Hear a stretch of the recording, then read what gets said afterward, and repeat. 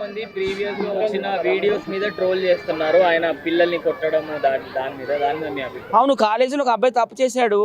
ఈయన ఒక కేంద్ర మంత్రి కొడుకుగా, ఒక ఎంపీ కొడుకుగా ఆయన మందలించాడు, కొట్టాడు.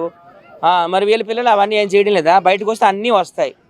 ఏదైనా ఇది పోలీసుల పర్యవేక్షణ ఉంది, పోలీసులు ఇన్వెస్టిగేషన్ చేస్తున్నారు కాబట్టి కొన్ని రోజులు మనం కూడా ఓపికతో ఉండాలి. ఎందుకంటే బండి సంజయ్ గారు కూడా అన్నారు కదా, చట్టం ఎవరికి చుట్టం కాదు. ఒకవేళ మా కొడుకు కూడా తప్పు చేసినట్టయితే ఖచ్చితంగా శిక్షార్హుడే, శిక్ష వేయండి అని పాపం ఆయన కూడా చెప్తున్నారు. ఆయన ఇంత ఘోరంగా ఎందుకు టార్గెట్ చేశారు నాకైతే అర్థం అవడం లేదండి. అంటే ఇంతకుముందు మరి గతంలో ఒక డ్యాన్స్ మాస్టరు, కొరియోగ్రాఫరు ఒక మైనర్ బాలికని రేప్ చేసినప్పుడు ఎందుకు వీళ్ళందరూ వీళ్ళు నోళ్ళు ఏమయ్యేప్పుడు నోట్లో ఏం పెట్టుకున్నారు? రోజా గారు అన్నట్టు ఏదైనా ఐస్ క్రీమ్ పెట్టుకున్నారా? పార్లే ఐస్ క్రీమ్ ఏదైనా? అప్పుడు ఎందుకు మాట్లాడలేదండి? వాళ్ళు ముస్లిం డాన్సరేనా? ఆయనకి సపోర్ట్ చేశారా? ఇది హిందూ దేశమా ముస్లిం దేశమా? ఈయన హిందూ అనా? హిందూ వ్యతిరేక శక్తులన్నీ కూడా ఈయన మీద వీడియోలు చేస్తున్నారు. అసలు పోలీసులకు విలువ ఇచ్చినట్ట, వీళ్ళు కోర్టులకు విలువలు ఇచ్చినట్ట అని నేను అడుగుతున్నాను. ఇన్వెస్టిగేషన్ అవ్వలేదు, ఏం అవ్వలేదు, ఒక ఆరోపణ అనమాట. ఆరోపణ వస్తే అది ఇంక వీళ్ళే జడ్జిమెంట్ ఇచ్చేస్తున్నారు. అడ్రస్ లేని వాళ్ళందరూ కూడా వీడియోలు పెట్టేస్తున్నారు, ఏబిసిడీలు రాని వాళ్ళందరూ.